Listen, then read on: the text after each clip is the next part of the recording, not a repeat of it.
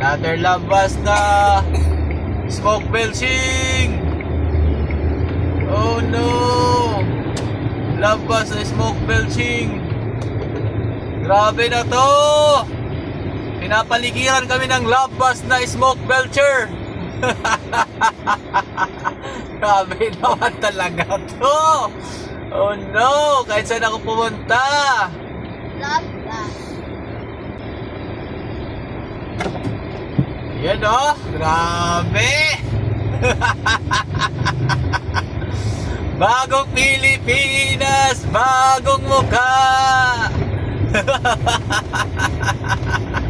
High-tech. Oh, umusok. Grabe yung labas. Ay.